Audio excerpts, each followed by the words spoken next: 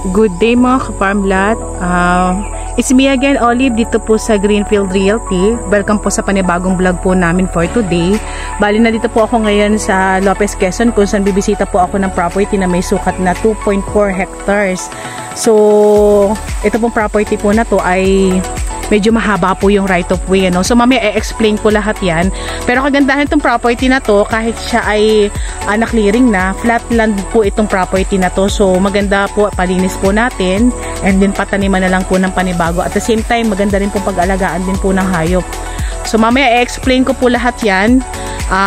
Samahan nyo muna po akong ikutin itong si 2.4 hectares dito sa Lopez, Quezon. At tingnan po natin kung ano yung, baka meron pang mga nakapaloob po dito ng mga ibang puno pa, no? Pero as you can see po, talagang masukal na lang siya at wala po siyang laman. Pero iikutin pa rin po natin. So tara, let's go! So yan, lakad po tayo. Bali talagang may kasukalan po yung property. So hanap na lang tayo na pa pwedeng pag-videohan. So makikita po natin mga puno na lang po ng saging yun nandito, and then yan, puro damo na lang. So ito po ay nasa 16 kilometers para po makarating po tayo ng pinaka-town proper po ng Lopez, ano, kung saan nandun po yung munisipyo natin, and then nandun na rin po yung mga fast food. So yung palengke, school, yan, nandun na po.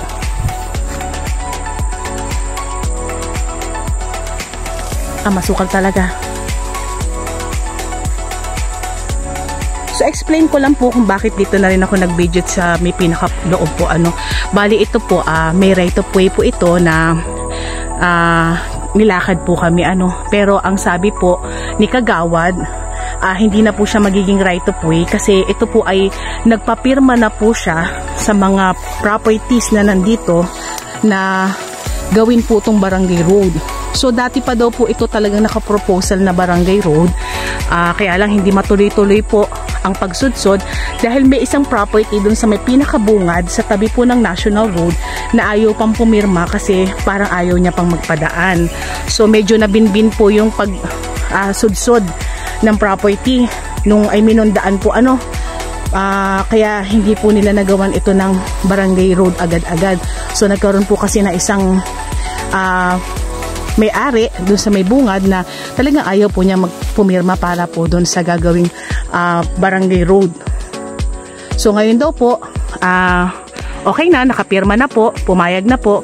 So itutuloy na po nila yung pagsudsod dito sa gagawing barangay road na tatagos po sa another barangay po, ano.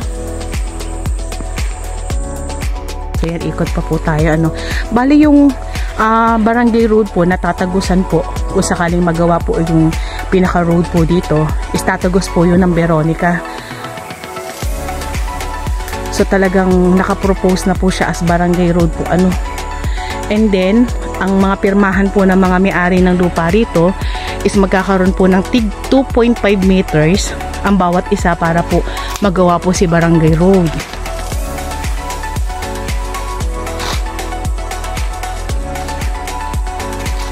So yan, ikot tayo. Kagandahan nito, medyo flat area tayo. So more on ano lang po ito, siguro sa ngayon po, ano, dahil wala pa siyang road na nasusudsod, kumbaga nagkaroon pa lang ng pirmahan sa barangay. Sa ngayon po, pwede niyo po itong i-avail para sa inyong investment, or kaya pataniman niyo po muna pansamantala po, ano, hanggang sa magawa po yung pinaka barangay road po natin.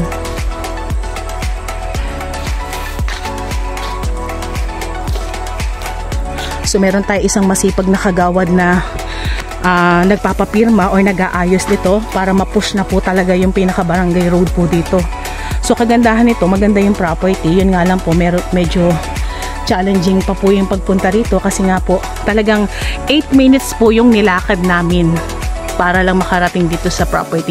So binibigay ko po sa inyo yung pinaka-reality po ng daan po, ano, para hindi po tayo mag-expect.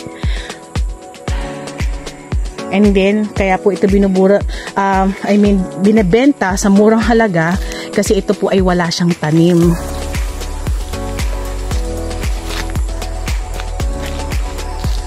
So parang habang nilalakad ko yung property, more on semi-flat lang siya. not totally flat na flat, pero semi-flat. Tapos ayan, marami lang siyang hardwood. Pero pag napalinis po itong property ito na to, kaganda po nitong property na ito. So yan, pasok dito tayo sa medyo hindi masukal. So naghahanap lang po kami ng pwede namin daanan po. Talagang as in napakasukal po talaga ng property. Talagang hindi na po naaabyad. Pero kagandahan po nito, ang source po ng tubig po natin dito is sapa. So napapalibutan po kasi siya ng sapa yung mga properties dito. Parang naikutan. So wala tayong problema sa source ng tubig.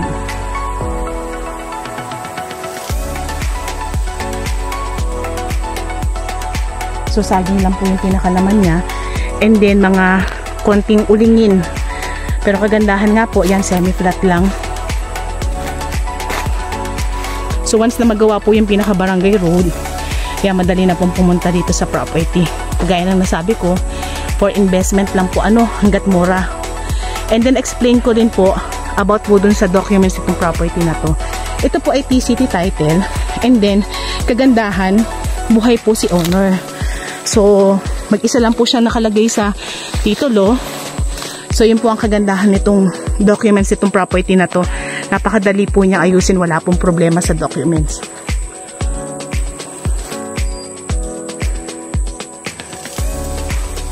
Konting linis lang, ang ganda niya. So tayo na lang po yung magde-develop po. So price reveal po tayo. Ito po ay 2.4 hectares at ito po ay binebenta lang po ni seller sa halagang 700k. So siya naman po ay magnenet na, ibig sabihin wala na po siyang gagastusin. So lahat na po ng magiging gastos ay si buyer na po ang sasagot po.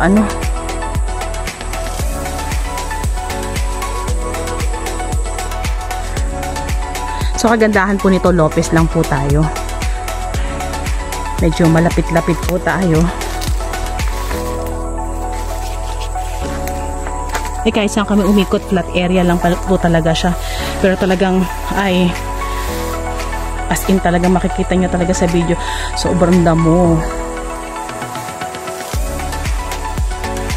Pero yung pag natagpas lahat yan or nauling po lahat yan, ang ganda nito.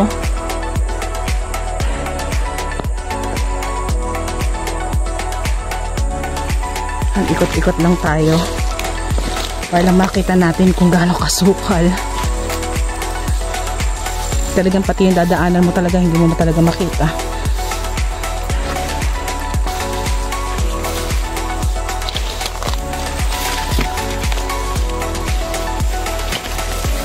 So ulitin ko lang po, wala po tayong right of way po.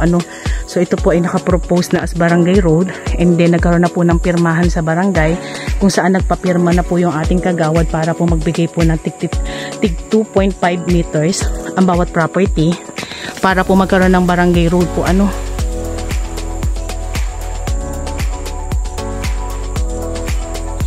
So obey nyo na po ito hanggat mura.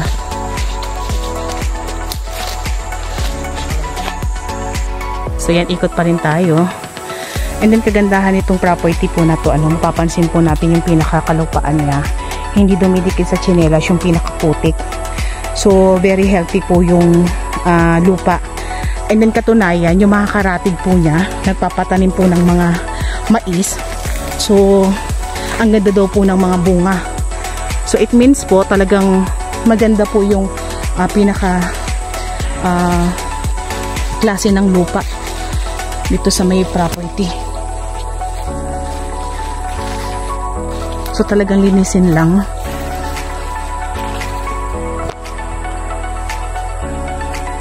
So explain ko lang po bakit nagkaroon ng barangay road o bakit po nagpo-propose sila ng barangay road po dito.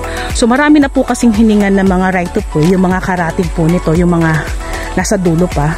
Pero ayaw po talagang sadyang magbigay nung mga ibang properties po na medyo malapit sa road. So ang nangyari po, doon po sila nagkaroon ng idea na magkaroon na lang po ng proposal barangay road para naman po maginhawahan po sila na makalabas, makapasok dun sa pinaka main road po natin, ano. So talagang pinupush na po ng mga taga dito na magkaroon po tayo ng barangay road.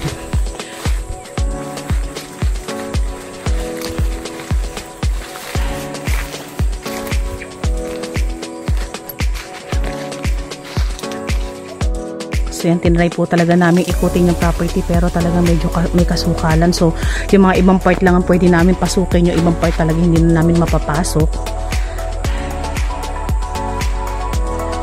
So mamaya papakita ko naman po sa inyo yung pinaka dinaanan po namin na right of way po, ano.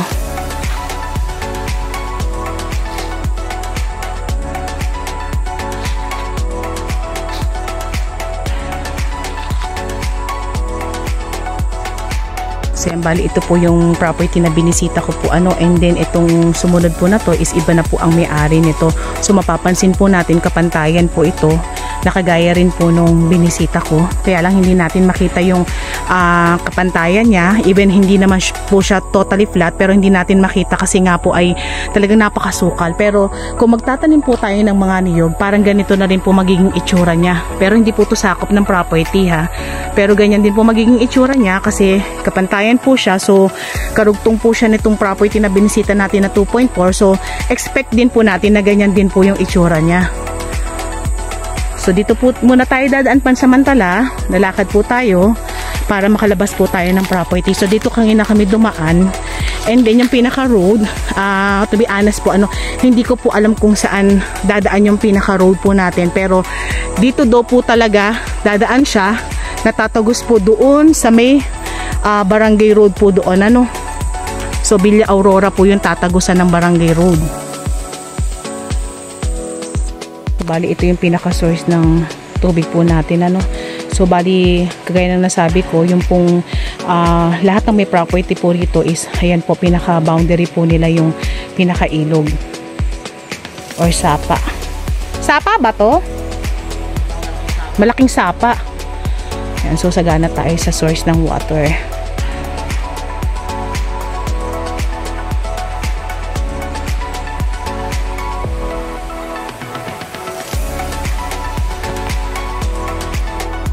So yan, bali papalabas na po kami ng right of way, I mean ng barangay road po, ano, na hindi pa nagagawa. Kanina hindi ko na masyadong nakuhanan kasi talagang masukal pa rin po yung dinadaanan. So dito lang medyo hawan, kaya dito na lang ako nag video kasi baka pumada pa ako, kaya hindi ko na po masyadong kinuhanan yung ibang part ng dadaanan po ng barangay road, pero dito po siya dadaan. Ayan, so makita natin talaga napakaputik.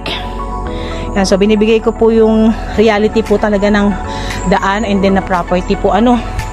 So yan po, kung sakaling magustuhan nyo itong property na to na may sukat na 2.4 hectares and then may price po na 700k, ayan, avail na po kayo. Kagaya po na nasabi ko, kung investment lang po muna habang ginagawa po si barangay road, yan, maganda po kasi once na magawa po yung pinaka barangay road po natin, tataas na po itong property na to. So avail po tayo hanggat maaga, hanggat mura pa.